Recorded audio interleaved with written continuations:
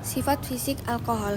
Alkohol yang lebih rendah adalah cairan tak berwarna dengan bau khas dan rasa terbakar. Alkohol yang lebih tinggi memiliki lebih dari 12-13 atom karbon, padatan tak berwarna, tak berbau, dan seperti lilin.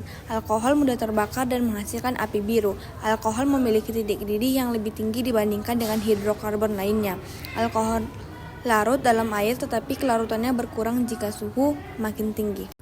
Sifat kimia alkohol. Alkohol bersifat polar karena memiliki gugus OH.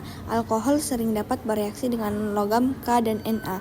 Alkohol primer dan sekunder dapat dioksidasi dengan menggunakan oksidator, tetapi alkohol tersier tidak. Alkohol mudah bereaksi dengan senyawa lain karena gugus OH pada alkohol yang cukup relatif. Alkohol adalah senyawa organik yang memiliki gugus hidroksil OH yang terikat pada atom karbon. Alkohol digunakan secara luas dalam industri dan sains sebagai pereaksi pelarut dan bahan bakar. Kata nama alkohol. Alkohol adalah senyawa kimia yang mengandung gugus hidroksil OH yang terikat pada atom karbon.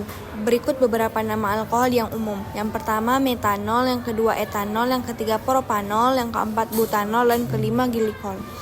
Setiap alkohol diberi nama berdasarkan jumlah atom karbon dalam rantai utamanya yang diikuti dengan akhiran -ol untuk menunjukkan bahwa itu adalah alkohol. Manfaat alkohol dalam kehidupan sehari-hari. Manfaat alkohol baik untuk kesehatan pembersih maupun bahan baku. Bagi kesehatan, alkohol secukupnya dapat memberikan manfaat seperti meningkatkan kadar kolesterol. Sebagai pembersih, alkohol dapat digunakan sebagai antiseptik atau disinfektan untuk membunuh jamur dan bakteri pada kulit. Alkohol juga dapat digunakan untuk membersihkan luka dan alat-alat medis. Bahan baku alkohol merupakan bahan utama dalam bahan bakar, cat, pelarut, produk kecantikan, dan bahan tambahan pangan.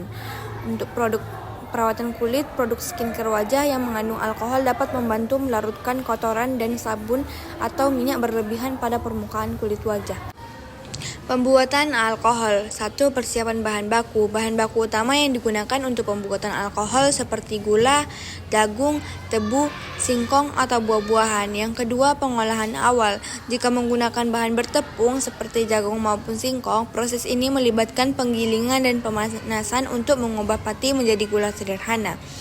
Jika menggunakan bahan manis, proses memeras atau penggilingan digunakan untuk mengekstra cairan manis yang kaya akan gula. Yang ketiga, fermentasi.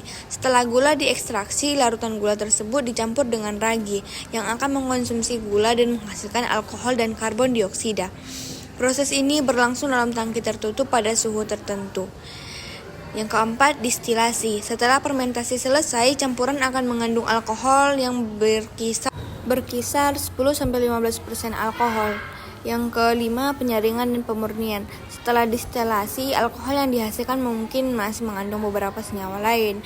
Proses penyaringan dan pemurnian lebih lanjut dapat dilakukan untuk menghasilkan alkohol yang lebih bersih. Yang keenam, pengemasan. Alkohol yang sudah siap diproses atau didistilasi dapat dikemas untuk dijual atau digunakan untuk tujuan tertentu, baik itu untuk minuman beralkohol, bahan bakar, atau produk industri lainnya. Berikut adalah video pembuatan alkohol secara fermentasi.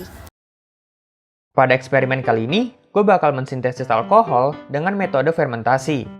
Pertama-tama, dimasukkan gula ke dalam wadah. Lalu, ke dalamnya ditambahkan air panas hingga volumenya hampir penuh.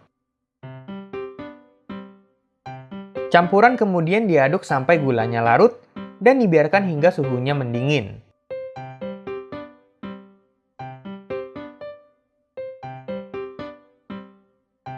Setelah itu, ke dalam larutan dimasukkan ragi dan diaduk.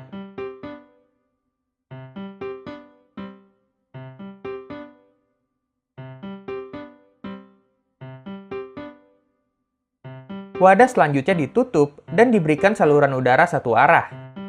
Saluran satu arah ditujukan untuk memaksimalkan kinerja mikroba yang bekerja pada lingkungan tanpa oksigen.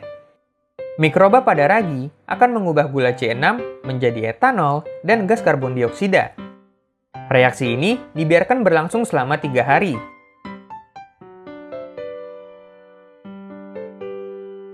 Setelah mencapai 3 hari, larutan hasil fermentasi kemudian didestilasi. Ke dalam Erlenmeyer dimasukkan 200 ml larutan. Larutan kemudian dipanaskan hingga mendidih. Uap hasil pendidihan ini akan dialirkan ke selang yang kemudian diteruskan ke kondensor. Di kondensor, uap akan terkondensasi dan berubah fasenya menjadi cair dengan bantuan air. Air kemudian ditampung di dalam gelas beaker. Pada destilasi tahap pertama, destilat yang dihasilkan cukup keruh. Hal ini disebabkan karena masih ada pengotor yang ikut teruapkan bersama-sama dengan air dan alkohol. Barulah pada destilasi tahap kedua, destilat yang dihasilkan cukup jernih. Destilat yang dihasilkan pada destilasi tahap kedua adalah campuran dari alkohol dan air dengan kadar alkohol kira-kira 18%. Untuk menguji keberadaan alkohol, dilakukan uji nyala api pada destilat. Api yang menyala biru memvalidasi keberadaan etanol di dalam larutan.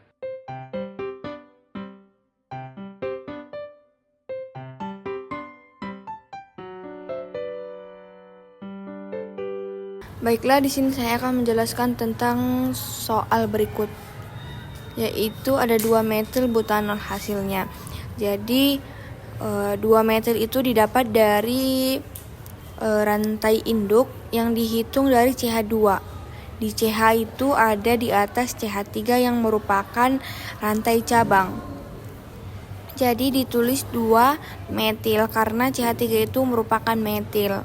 Butanol itu dapat dari ada 4